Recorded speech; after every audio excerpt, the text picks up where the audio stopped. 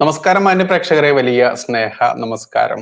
നോക്കൂ, നമ്മുടെ സന്ദീപ് വാര്യർ പറഞ്ഞുകൊണ്ടിരിക്കുന്നതും ചെയ്തുകൊണ്ടിരിക്കുന്നതായുള്ള കാര്യങ്ങൾ കാണുമ്പോൾ സത്യത്തിൽ അയാളെ കുതിരവട്ടത്തെ കൊണ്ട് ആക്കേണ്ടതുണ്ടോ എന്നുള്ളതാണ് സംശയം. ഇന്നിപ്പോ അയാൾ അവസാനമായി പറഞ്ഞിരിക്കുന്ന ഒരു പ്രസ്താവന കേട്ടോ ഏറ്റവും വലിയ രസം. കാരണം ഇത്രയും നാൾ മുസ്ലിം ലീഗിനെ ചത്ത കുതിര എന്ന് പറഞ്ഞുകൊണ്ടിരുന്ന ഈ ചങ്ങാതി കഴിഞ്ഞ ദിവസം പാണക്കാട് തറവാട്ടിൽ ചെന്നുകൊണ്ട് ആ ഒരു ഷുഡാപ്പി കാക്കുമാരുടെയൊക്കെ കാലും കയ്യും കഴുകിയ അതല്ലെങ്കിൽ ബാക്കി വല്ലതും കഴുകിയ ആ വെള്ളമൊക്കെ മോന്തുന്നത്, വലിയ രുചിയോടുകൂടി മോങ്ങുന്നത് കണ്ട് നമ്മൾ കൃത്യമായിട്ട് ഈ ഒരു വാർത്തയും ഈ ചിത്രങ്ങളൊക്കെ പുറത്തു വന്നതോടുകൂടി കമ്മ്യൂണിസ്റ്റ് പാർട്ടിക്കാർ തന്നെ, CPM തന്നെ ഇവനെ പ്രതീക്ഷിച്ച് പായും വിരിച്ചിരുന്ന CPM-മാർ ആയി പോയല്ലോ. അപ്പൊ ആ ഒരു വേദന കൊണ്ട് ഇവനെ കുറിച്ച് ഇവൻ അതാണ്, വർഗീയവാദിയാണ്, അങ്ങനെയാണ് ഇങ്ങനെയാണെന്നുള്ള കുറെ കാര്യങ്ങളൊക്കെ പറഞ്ഞിരുന്നു CPM-കാർ. BJP-കാരോ RSS-കാരൊന്നും പറയാറില്ല. അങ്ങനെ പറഞ്ഞ ഇവൻ അതിന് മറുപടി ഇട്ട് കൊടുത്തെന്ന് അറിയാമോ? എന്നെ വർഗീയവാദി എന്ന് മുദ്ര കുത്തുന്നവർക്ക് ഖലീഫ ഉമ്മറിന്റെ ചരിത്രം അറിയില്ല. പ്രവാചകനെതിരെ ആക്ഷേപങ്ങളുമായി നടന്നയാളായിരുന്നു ഉമ്മർ. പക്ഷെ നിലപാട് തിരുത്തിയപ്പോൾ ചേർത്ത് പിടിച്ച ഒരു സമുദായത്തെയാണ് ഇവർ തെറ്റിദ്ധരിപ്പിക്കാൻ ശ്രമിക്കുന്നത്. നോക്കൂ, എന്താണ് ഈ സമുദായം, ഈ സമൂഹം എന്നുള്ളതൊക്കെ ഈ നാട്ടിൽ എല്ലാവരും കണ്ടുകൊണ്ടിരിക്കുകയാണ്. കാരണം വഖഫ് വിഷയത്തിലൊക്കെ ഇനി ഈ സന്ദീപിന്റെ വാക്കുകൾ കേൾക്കാനിരിക്കുക തന്നെയാണ് കേരളം. ഇത്ര കണ്ട് BJP-യിൽ ഉണ്ടായിരുന്ന സമയത്ത് ഹിന്ദു ക്രിസ്ത്യൻ അവരുടെ അവകാശങ്ങൾ, അവരുടെ ആ ഒരു സ്വാതന്ത്ര്യം, അവരുടെ ഭൂമി നഷ്ടപ്പെടുത്തുക, അതല്ലെങ്കിൽ ഈ വഖഫ് എന്ന് പറയുന്ന മുസ്ലിം ഭീകരന്മാരുടെ ആ ഭീകരതയ്ക്കെതിരെയൊക്കെ സംസാരിച്ച ഇവൻ ഇനി എന്താ പറയാൻ പോകുന്നത് എന്നൊക്കെ കേട്ടിരിക്കേണ്ടതുണ്ട്. പിന്നെ തരം തന്തയെ മാറ്റി കളിക്കുന്നവന്മാർക്ക് ഇതൊന്നും വലിയ പുത്തരി അല്ല എന്നുള്ളതാണ് യാഥാർത്ഥ്യം. എന്തായാലും സന്ദീപ് വാര്യരുടെ ഈ കുറച്ച് പ്രസ്താവനകൾ പറഞ്ഞു എന്നേ ഉള്ളൂ. നമുക്ക് കഴിഞ്ഞ മണിക്കൂറിൽ ഞാൻ നമ്മുടെ TG മോഹൻദാസ് സാറിന്റെ കുറച്ച് വാക്കുകൾ കേട്ടു. അത് വലിയ പ്രാധാന്യമുള്ളതാണ്. ഇത് എന്റെ വ്യക്തിപരമായിട്ടുള്ള ഒരു അനുഭവം കൂടി ഉണ്ട് അദ്ദേഹത്തിന്റെ ഈ വാക്കുകൾ. അതുകൊണ്ടാണ് ഞാനിത് മാന്യ പ്രേക്ഷകരിലേക്ക് എത്തിക്കുന്നത്. കാരണം BJP എന്തൊക്കെ ചെയ്തു കഴിഞ്ഞാലും BJP അവസാനം ചെയ്യേണ്ട ചില കാര്യങ്ങളുണ്ട്. അത് ചെയ്യാതിരിക്കുന്നത് എത്രത്തോളമാണ് BJP-യുടെ ജയപരാജയങ്ങളെ ബാധിക്കാറ് എന്നുള്ളത് കൃത്യമായിട്ടും അറിയുന്ന ഒരു വ്യക്തി ആയതുകൊണ്ട് തന്നെ എനിക്കും ഇത് അനുഭവം ഉണ്ട് ഒരുപാട്. അതുകൊണ്ട് നമ്മൾക്ക് TG പറഞ്ഞിട്ടുള്ള ആ വാക്കുകൾ അതൊന്ന് പൂർണ്ണമായിട്ട് കേട്ടിട്ട് നമുക്ക് വേഗം തിരിച്ചു വരാം. ഒരു ഡിസ്ക്ലൈമർ മാത്രം ഞാൻ ചേർക്കാം. BJP-ക്ക് ഒരു വീക്ക്നെസ് ഉണ്ട്. അവരുടെ ആളുകളെ ബൂത്തിലെത്തിച്ച് വോട്ട് ചെയ്യിക്കാൻ അവർക്ക് മടിയാണ്. പ്രവർത്തകരില്ലാഞ്ഞിട്ടല്ല, സാമർഥ്യമില്ലാഞ്ഞിട്ടല്ല.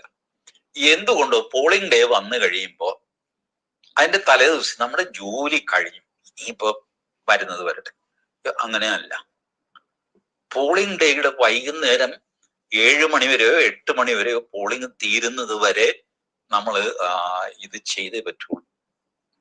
BJP-യുടെ നല്ലൊരു ശതമാനം വോട്ടർമാർ വോട്ട് ചെയ്യാൻ പോകാറില്ല. എനിക്ക് നേരിട്ട് അനുഭവമുണ്ട്. ത്രൂ ഔട്ട് കേരള അങ്ങനെയാണ്. ആള് വലിയ മിടുക്കനാണ്. 45 കൊല്ലമായി RSS എന്നൊക്കെ പറയും. ഡോക്ടറിയുടെ ഗുരുജിയുടെ ഫോട്ടോ ഒക്കെ വെച്ചിട്ടുണ്ട്. വോട്ട് ചെയ്യാൻ പോകില്ല ഈ ചേട്ടന് ആരെങ്കിലും ഉന്നതം ചേട്ടാ ഇപ്പൊ ഇടാ എന്റെ വോട്ടിനൊന്നും ആവശ്യമില്ല, അല്ലാതെ തന്നെ ഞാൻ ജയിച്ചോളും എന്നൊക്കെ പറഞ്ഞോളൂ. ഇത് ചേട്ടന്റെ ഒരു വോട്ട് വളരെ വാല്യുബിൾ ആണ്. ചേട്ടനും ചേച്ചിയും കൂട്ടി ഓട്ടോറിക്ഷ വന്നിട്ടുണ്ട് കയറിക്കോ എന്ന് പറഞ്ഞ് പിടിച്ചിറക്കണം. ആ ഒരു പണിയിൽ പലപ്പോഴും പാളിപ്പോയിട്ട് ഈ നേരിയ മാർജിനിലൊക്കെ തോക്കുന്നത് ഉണ്ടല്ലോ. ഇതൊക്കെ ആ രീതിയിൽ 89 വോട്ടിനാണല്ലോ സുരേന്ദ്രൻ തോറ്റത്. എന്തൊരു ഖേദം ഉണ്ടായിരുന്നു BJP-ക്ക്. 89 പേരെന്ന് പറഞ്ഞാൽ ഒരു 200 പേരെ ഗൾഫിൽ നിന്ന് BJP-ക്കാരെ 200 പേരെ ഒരു ചാർട്ടേഡ് ഫ്ലൈറ്റിൽ കൊണ്ടുവന്നിരുന്നെങ്കിൽ പോലും ജയിച്ചു പോയാൽ പറഞ്ഞിട്ട് കാര്യമില്ല. അതുകൊണ്ടാണ് ഞാൻ പറഞ്ഞത് ഈ polling day is very important. BJP-ക്ക് ഒരു സെറ്റ് ബാക്ക് ഉണ്ടാകുന്ന ദിവസം. 24-ലെ ഇത് തെരഞ്ഞെടുപ്പ് ഉണ്ടല്ലോ, 400 പാർ എന്ന് പറഞ്ഞിട്ട്, അന്നും ഒരുപാട് സ്ഥലത്ത് ഇത് സംഭവിച്ചു. ഉത്തർപ്രദേശിലെ 1-2 ഫ്രണ്ട്സ് എന്നോട് പറഞ്ഞു, ഈ TV-യിൽ പറയുന്നൊക്കെ അവിടെ പറഞ്ഞോട്ടെ, വോട്ട് ചെയ്യിച്ചില്ല ആൾക്കാരെ കൊണ്ട്. ഏതായാലും മോദി 400 കടക്കും, ഇനി ഞാൻ ഈ വെയിലത്ത് പോകുന്നുണ്ട്. ഇതാണ് ചോദ്യം. ഏപ്രിൽ മാസമാണല്ലോ, വെയിൽ, നല്ല വെയിലാണ്. അപ്പൊ അങ്ങനെ ഈ പല കാരണങ്ങളും ഉണ്ട് വോട്ട് ചെയ്യാൻ പോകാത്തവരുണ്ട്. ആ ദിവസം വേറെ പല ട്രിപ്പും പ്ലാൻ ചെയ്യുന്നവരുണ്ടാവും. അവധിയാണല്ലോ ആ ദിവസം. ഇതെല്ലാം അന്വേഷിച്ചിട്ട് ചേട്ടൻ ഇവിടെ പോകുന്ന ഞാനൊന്നും ഗുരുവായൂർ പോകും. ഗുരുവായൂരോ ഇന്നോ? വേറെ ദിവസമൊന്നുമില്ലേ? ഇന്ന് അവധിയാണല്ലോ. എന്റെ 2 വോട്ട് കൊണ്ട് എന്ത് വരാൻ? ഒന്നുമല്ല, ചേട്ടനും ചേച്ചി എങ്ങും പോകുന്നില്ല. വോട്ട് ചെയ്തിട്ട് ഗുരുവായൂരോ ചാവക്കാടോ എവിടെയെന്ന് വെച്ചപ്പോ ഇത് പറയാനാളുണ്ടാവും. അത് എന്റെ ഡിസ്ക്ലൈമറാണ്. കൃഷ്ണകുമാർ ജയിക്കും, പ്രൊവൈഡഡ് ഈ ജോലി പെർഫെക്റ്റ് ആയിട്ട് ചെയ്തിരിക്കണം. പാലക്കാടുകാര് അത് ചെയ്യുമെന്ന് ഞാൻ ആശിക്കുന്നു. നോക്കൂ, ഇത് കൃത്യമായിട്ട് TG പറഞ്ഞിട്ടുള്ള ഇത് വലിയൊരു യാഥാർത്ഥ്യമാണ്. ഇപ്പോ ഈ കഴിഞ്ഞ ദിവസം നടന്ന വയനാട് ലോക്സഭാ തിരഞ്ഞെടുപ്പ്, ഞാൻ വയനാട് മണ്ഡലത്തിലുള്ളതാ.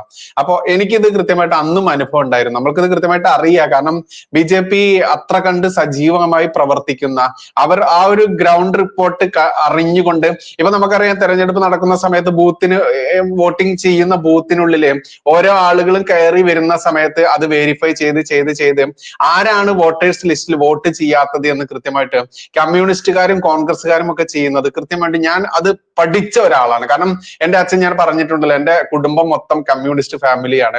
ഇപ്പോഴും അതെ, ഞാൻ മാത്രമാണ് കമ്മ്യൂണിസ്റ്റ് ഫാമിലിയിൽ നിന്ന് മാറിയിട്ടുള്ളത്.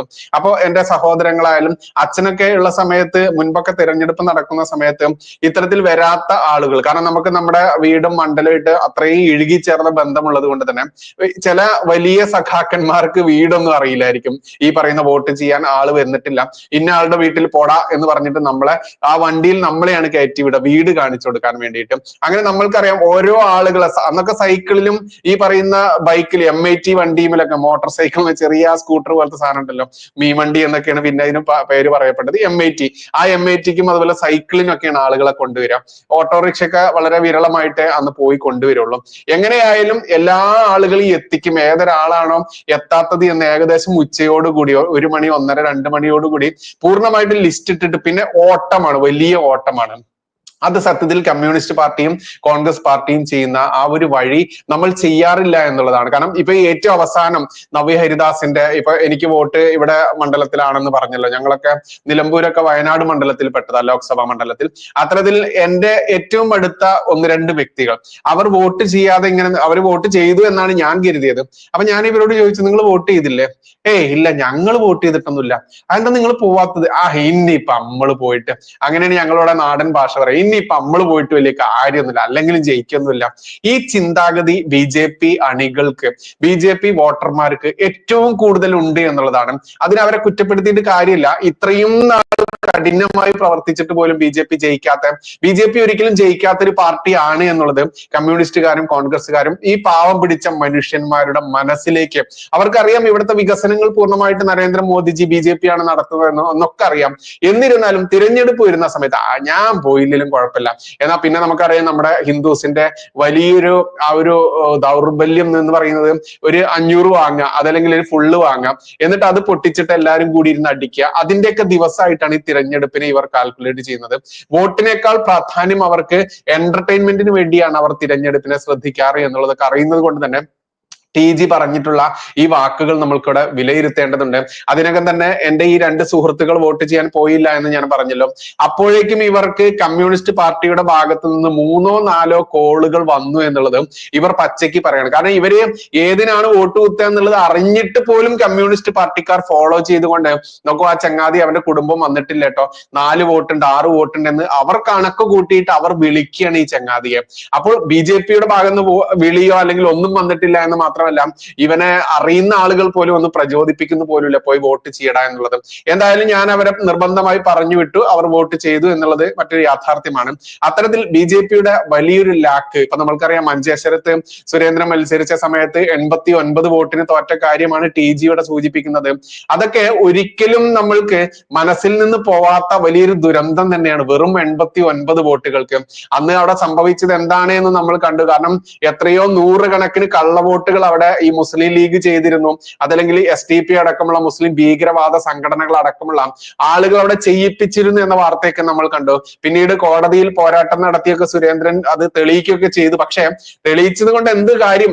ആ ഒരു വിധി വരുന്ന എത്രയോ നാളുകൾക്ക് ശേഷം വിധി വരുന്നു, അപ്പോഴേക്കും വീണ്ടും നിയമസഭാ തിരഞ്ഞെടുപ്പ് വന്നു എന്നുള്ളതൊക്കെ നമ്മൾ കണ്ടതാണ്.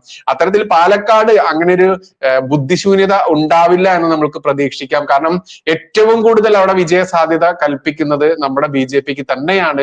കൃഷ്ണകുമാർ 25,000-ലധികം വോട്ടുകൾ ഭൂരിപക്ഷം നേടിക്കൊണ്ട് വിജയിക്കുമെന്നുള്ള ഏറ്റവും അവസാനത്തെ അപ്ഡേഷൻ ആണ് അവിടെ നിന്ന് വന്നുകൊണ്ടിരിക്കുന്നത്. കാരണം ഇപ്പോ കമ്മ്യൂണിസ്റ്റ് പാർട്ടിയുടെ സ്വതന്ത്ര സ്ഥാനാർത്ഥിയുള്ള സരിൻ എന്ന് പറയുന്ന ഒരുത്തൻ, മറ്റവനാണെങ്കിലോ ഈ രാഹുൽ മാങ്കൂട്ടത്തിൽ പത്തനംതിട്ടയിൽ നിന്ന് കെട്ടിയെടുക്കപ്പെട്ട ഒരു സ്ഥാനാർത്ഥിയാണ്. അതിൻ്റെതായിട്ടുള്ള പ്രാദേശികമായിട്ടുള്ള പ്രശ്നങ്ങൾ അവർക്കുണ്ട്.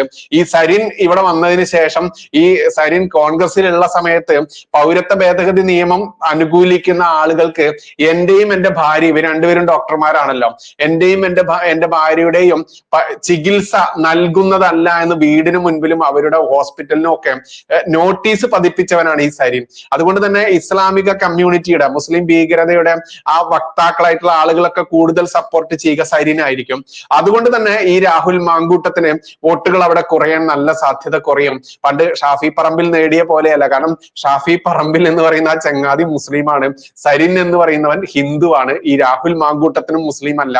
അത്തരത്തിൽ ഇവിടുത്തെ ജാതി രാഷ്ട്രീയം ഉള്ളത് കൊണ്ട് തന്നെ 40,000-ലധികം വരുന്ന മുസ്ലിം വോട്ടുകൾ ഏകീകരിക്കാൻ വളരെ സാധ്യത കുറവാണ്. ഇടതുപക്ഷത്തിനും വലതുപക്ഷത്തിനും അവിടെ വേറിട്ട് പോവും, അതല്ലെങ്കിൽ ചിന്നിച്ചിതറി പോവും എന്നുള്ളതാണ്. 90,000 വോട്ടുകൾ വരുന്ന ഏകദേശം 10,000-നടുത്ത്, 5,000-നും 10,000-നടുത്ത് വരുന്ന ക്രിസ്ത്യൻ വോട്ടുകളും 90,000 വരുന്ന ഹിന്ദു വോട്ടുകളും, ഈ വോട്ടുകൾ തന്നെയാണ് അവിടുത്തെ വിജയ പരാജയങ്ങൾ നിർണ്ണയിക്കുക.